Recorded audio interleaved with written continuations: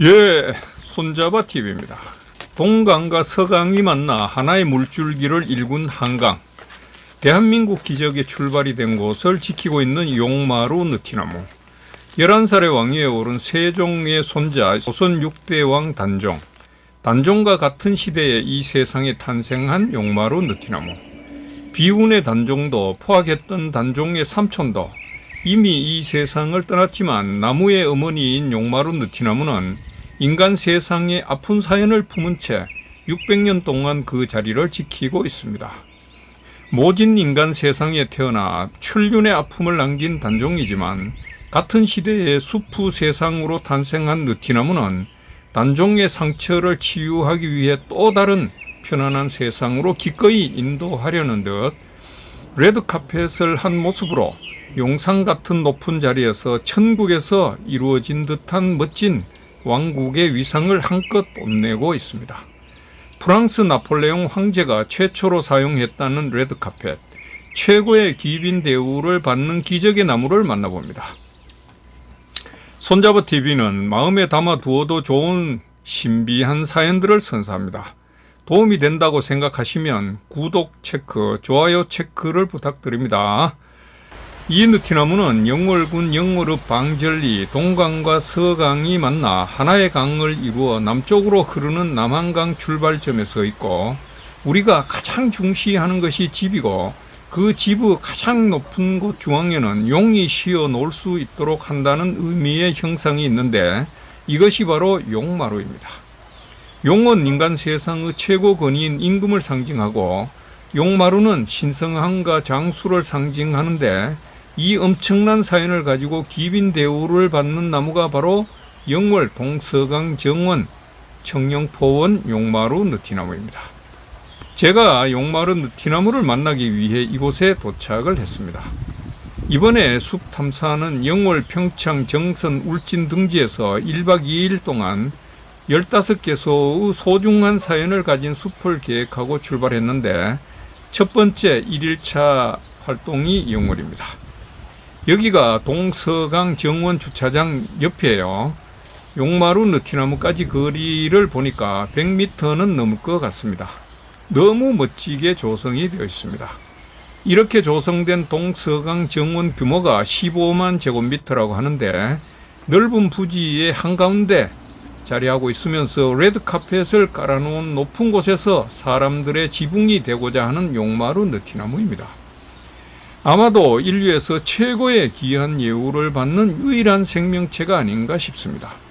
붉은색 카펫에 대해 잠시 알아보면 중세 유럽에서 귀족 부자의 색이라고 했고, 황실에서 많이 사용한 색이라고 합니다.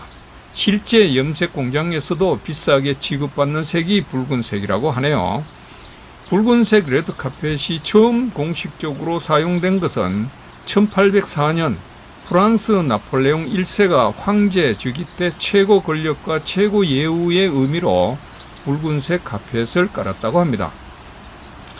이후부터 왕실, 황실에서는 레드카펫을 사용했고, 최근에는 시상식, 영화제, 공항, 고급 식당 등 다양한 곳에서 레드카펫을 사용하고 있죠. 고급 예우의 의미를 부여하고 있는 것입니다. 이러고 보면 이상하게도 영월에서는 왜 레드카펫을 깔아 붉은색으로 인도나 나무 주변 등을 치장했을까요?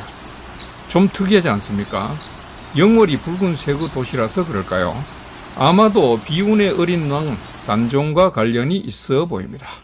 조선 6대 왕 세종의 손자인 단종이 1452년 11살의 왕위에 올랐죠.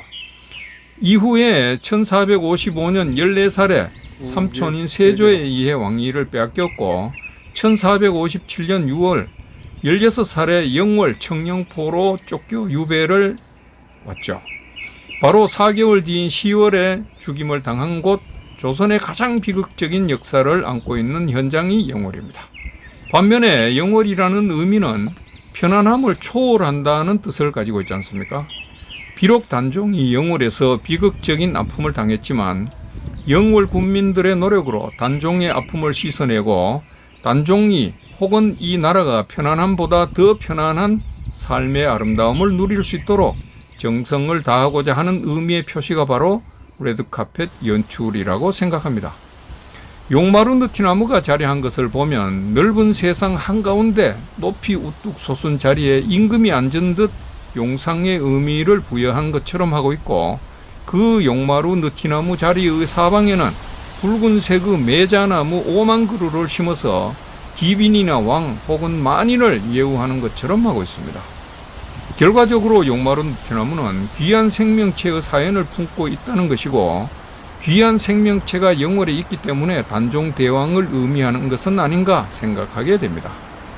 그리고 또 신기한 것이 있는데, 이 용마루 느티나무의 나이가 550살에서 600살 정도로 추정이 되는데, 단종이 1441년에 태어났으니까 2025년 올해 나이가 584살이 되는 것입니다.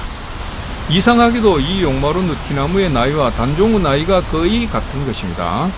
그렇다면 이 용마루 느티나무는 같은 생명체로 이 세상에 태어났다가 단종의 아픔을 같이 할 수 있었고, 어리석은 인간들에게 사무사의 의미를 깨우치게 하는 것은 아닌가 싶은 것입니다. 사무사란 생각에 간사함이 없고 마음이 바르면 일이 바르게 된다는 의미를 가지고 있는데, 단종이 11살 어린 나이에 왕위에 올라 강연을 들을 때 사무사가 무슨 뜻인지 질문을 했다고 합니다. 이때 박평년이 위와 같이 답했다는 것이죠. 이곳 용마루 느티나무가 위치한 곳이 동강과 서강이 만나 하나의 강을 이루면서 한강이 되었고, 한강이 남으로 흐르니 남한강이라 하는데 그 출발 지점이 용마루 느티나무입니다. 단종이라는 묘호가 예를 지키고 의를 잡는다는 뜻인데, 어린 왕 단종이 익히고자 했던 사무사의 정신이 살아 숨쉬는 곳, 새로운 한강의 기적, 대한민국의 번영을 이루어 나가는 출발이 이곳이라고 말하려는 듯 사연 많은 생명체가 바로 용마루 느티나무입니다. 물은 생명의 원천이고 출발은 새 생명이 움트고 새로운 기운이 솟아나는 것입니다. 용마루 느티나무가 위치한 곳이 새 생명의 기운이 움트는 곳이라면 좋겠습니다. 여러분, 감사합니다.